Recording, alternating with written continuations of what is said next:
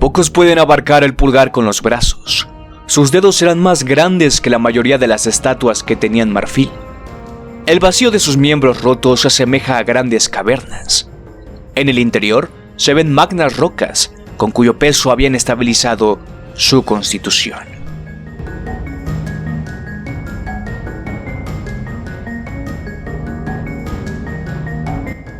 Estamos ya muy cerca de terminar con el listado de las 7 maravillosas construcciones edificadas en la antigüedad. Ha llegado el momento de hablar nuevamente sobre una estatua. Por lo general, las estatuas son sorprendentes. No solo demuestran el gran talento del artista, sino también una figura, un personaje, un símbolo, un concepto, una idea, entre mucho más. Les doy una cálida y gustosa bienvenida a todos ustedes. Esto es el Coloso de Rodas.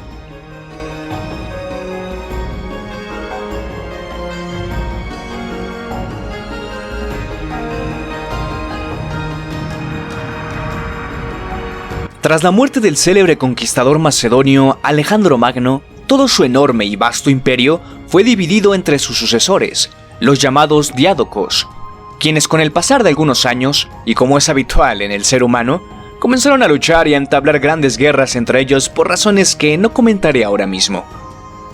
Vayamos a Rodas, la principal ciudad ubicada en la isla llamada del mismo nombre, Rodas, año 305 a.C. Es en este tiempo cuando los sucesores de Alejandro luchaban ya su cuarta guerra entre ellos.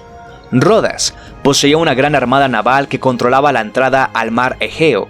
Era una gran república mercantil, un buen centro económico y que, en el contexto de la cuarta guerra de los diádocos, era la aliada del Egipto de Ptolomeo I Sóter.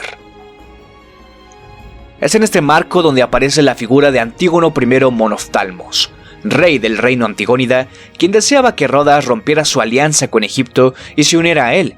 Sin embargo, este deseo nada significaba para los rodios, quienes se negaron a romper sus tratos con Egipto y rechazaron totalmente unirse a Antígono. Por lo que, decidido a tomar la ciudad por la fuerza, el rey Antígono le brindó a su hijo Demetrio la misión de asediar y tomar Rodas. Es así como Demetrio, al mando de un ejército numeroso, se dirigió a la ciudad y sin tardar mucho tiempo, comenzó el asedio. La ciudad y su puerto principal estaban fuertemente fortificados. En un principio, Demetrio fue incapaz de evitar que las naves de suministro atravesasen el bloqueo. Por eso, la captura del puerto suponía su principal prioridad. A pesar de construir un puerto propio y tratar desde ahí de lanzar ataques contra el enemigo, Demetrio no logró bloquear la salida al mar de los rodios. Al mismo tiempo, Demetrio arrasaba la isla usando como base un campamento construido cerca de la ciudad, a la suficiente distancia como para que no le alcanzase el fuego de proyectiles de los rodios. Poco después del comienzo del asedio, se abrió una brecha en las murallas y un grupo de tropas al servicio de Demetrio logró entrar en la ciudad. Sin embargo, las tropas fueron rechazadas y Demetrio no continuó con el ataque, lo cual permitió a los rodios reparar la brecha. Este asedio es muy reconocido debido a que en él ambos bandos, tanto Demetrio como los rodios, utilizaron diversos avances técnicos como minas y diversas máquinas de asedio. Demetrio incluso llegó a construir la famosa torre de asedio conocida como Helépolis, con la clara y definida intención de tomar la ciudad. Sin embargo, y a pesar de los intentos de Demetrio, los rodios tuvieron éxito en la defensa de su ciudad. Así los meses pasaron hasta que transcurrió un año y la ciudad de Rodas recibió apoyo militar del Egipto de Ptolomeo I, por lo que Demetrio huyó junto con sus tropas, abandonando la mayor parte de su armamento de asedio y llevando sobre sus espaldas el fracaso de no haber podido tomar la ciudad. Rodas celebró su victoria, pero este asedio fue suficiente para que decidieran mantenerse neutrales en todos los conflictos que los sucesores de Alejandro tenían entre sí, porque firmaron la paz con Demetrio, estableciendo el acuerdo de no romper su alianza con Egipto, pero no ayudarle en los conflictos militares. Curioso es que a pesar de su fracaso, a Demetrio se le dio el apodo de Poliorcetes, que significa el asediador de ciudades.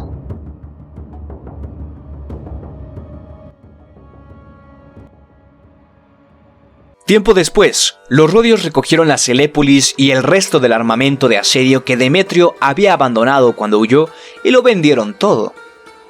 Las ganancias fueron utilizadas e invertidas en el plan de construir una enorme estatua en honor al dios patrón de toda la isla, el dios del sol, Helios, como agradecimiento por haberlos ayudado en el asedio y al mismo tiempo para conmemorar su heroica y valiente resistencia. El encargado de diseñar y dirigir la construcción del coloso fue Cares de Lindos. Los rodios le preguntaron al escultor cuánto costaría una estatua de 15 metros de altura. Cuando Cares les respondió, le preguntaron cuánto costaría una estatua del doble de altura.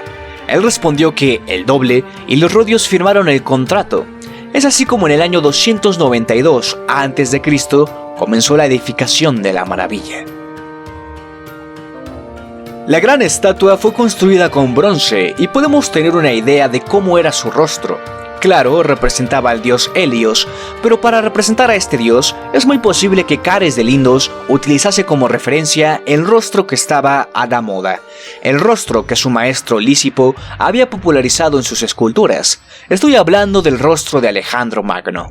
Es muy posible y para nada descabellado que el rostro del coloso fuese el del conquistador.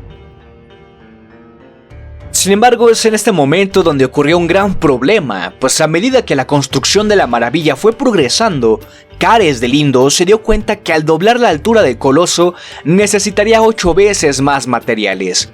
Esto lo llevó poco a poco a la bancarrota y terminó suicidándose. Tras su muerte, fue otro escultor de nombre Laques quien se encargó de terminar la maravilla que finalmente se inauguró en el 280 a.C., tardándose 12 años en completarse. Según los escritos de Plinio el Viejo y Estrabón, la altura final del coloso fue de unos 33 metros. Ahora bien, tengo que decir lo siguiente. Por mucho tiempo se ha tenido la creencia de que el coloso se encontraba parado en el puerto de la ciudad con las piernas abiertas. Prueba de ello es que en casi todas las imágenes que encontramos sobre él es representado de esta manera. Pero numerosos estudios han demostrado que esto hubiera sido imposible por dos sencillas razones. Si el coloso hubiera sido levantado en el puerto de la ciudad, se habría hundido por su propio peso. La otra razón es que para su construcción tendrían que haber cerrado un muelle de gran importancia militar durante varios años, siendo vulnerables a ataques por mar. Teorías realizadas por historiadores y arqueólogos modernos sugieren que el coloso habría estado ubicado en la Acrópolis de la ciudad, donde se ha confirmado que había un templo dedicado al dios Helios. Sobre la postura de la maravilla también se tiene la creencia popular de que se encontraba levantando una antorcha encendida. Esto es descartado, ya que se debe a un poema que menciona que los rodios encendían la antorcha de la libertad, pero no dice que la estatua sostuviese alguna antorcha. Además, en un templo rodio existe un bajorrelieve que muestra al dios Helios realizando una pose de saludo, protegiéndose los ojos con la mano derecha. Es posible que el coloso hiciese la misma pose.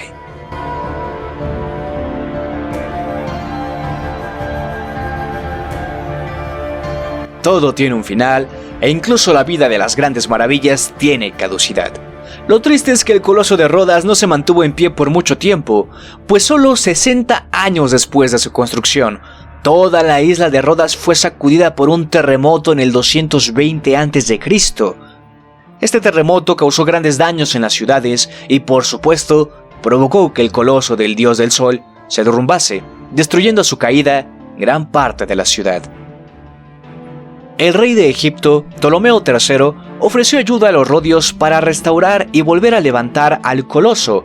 Sin embargo, los rodios no quisieron aceptar la ayuda, pues prefirieron prestarle atención a un oráculo que les aconsejó no volver a levantarlo, ya que, por alguna razón, los mismos dioses decidieron derrumbarlo y volverlo a levantar podría ser considerado un sacrilegio.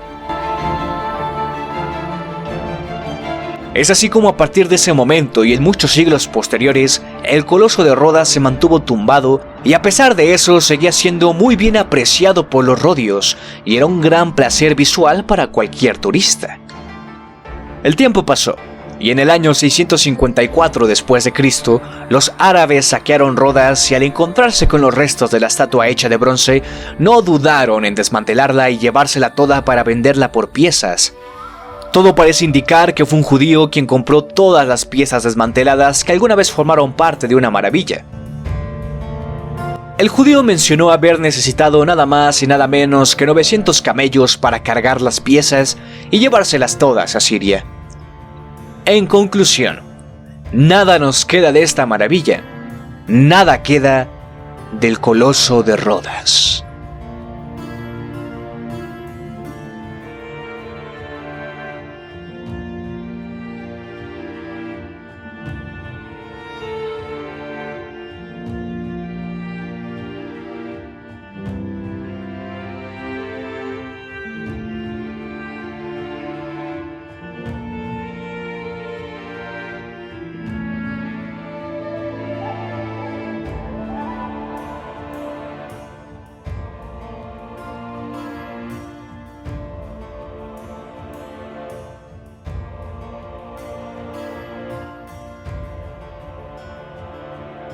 Gracias por ver este video.